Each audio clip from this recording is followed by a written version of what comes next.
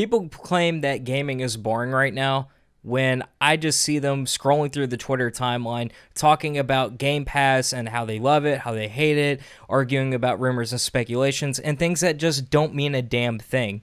Well, I got a solution for the people that are bored with gaming right now, and just keep watching this video, and I'm going to show you my secret.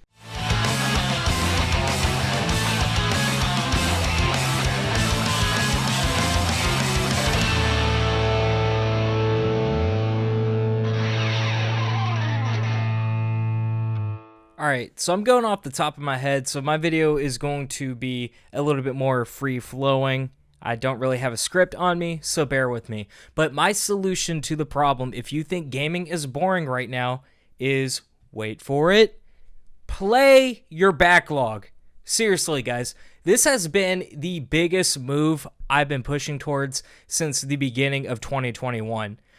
We all have a backlog somewhere, whether it's on Xbox, PlayStation, Nintendo, PC, you name it.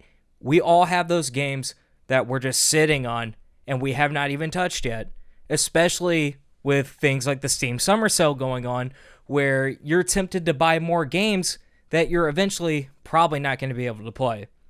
So my mission this year has been going through each of my backlog on PC, PlayStation 4, Nintendo Switch, and Xbox, and kind of prioritizing what I want to beat in my backlog.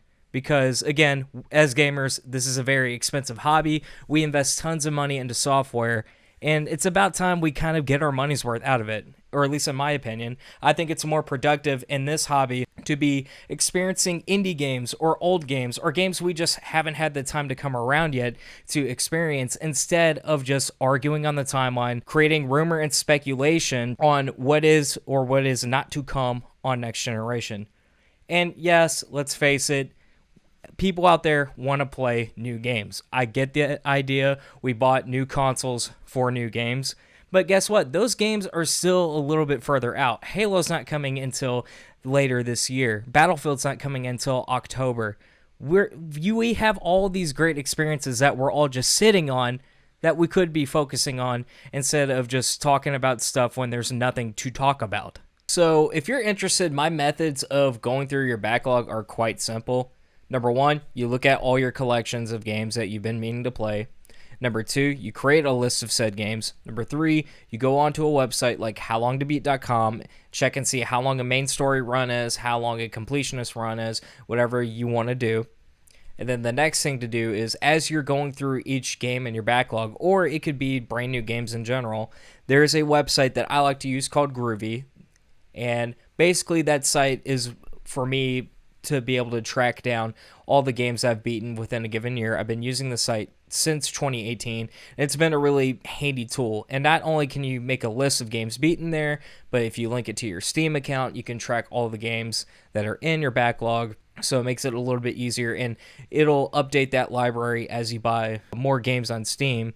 And then on top of that, for each game that you've beaten or add to a shelf or whatever you do, and also while you're making your list of games that you have beaten for each year that you're making a games beaten list, you can also do a text review. You can log the hours that you spent in said game. And these tools are very useful when it comes to tracking your backlog, because you can also go back to your previous shelves or your list of games you've beaten in previous years, and you can kind of see yourself progressing in terms of games beaten. And you can also like go back and look at your history of gaming without like having to go through all your achievements and doing all that stuff. And then the third step of this program of beating your backlog is fairly simple, and that is playing your damn games. This is something that I'm not seeing a lot of people do on the timeline. So basically my method is, if a game does not impress me within like 2 hours or so, I drop it and then I go on to the next game. But if I like a game, that's the only game I'm focusing on playing, and I am beating that game. That's basically my methods of going through the backlog.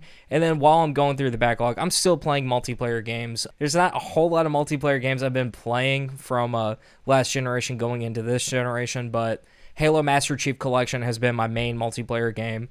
I dabble into Halo 5 every once in a while because I know a lot of people in the community are now starting to play Halo 5 multiplayer in preparation of Halo Infinite. And then, of course, I've been hopping back on Splitgate Arena Warfare, which I will probably have another video on because that game is about to come to console with cross-play support. This was a video I just wanted to make because, like I said, I'm tired of the narrative of people saying that gaming is boring right now when realistically they're just waiting for the new stuff to come out. And that's totally understandable. We're all waiting for that next big game to release. But in the meantime, enjoy your library, enjoy your backlog, play an old game, even repeat a classic if you want to.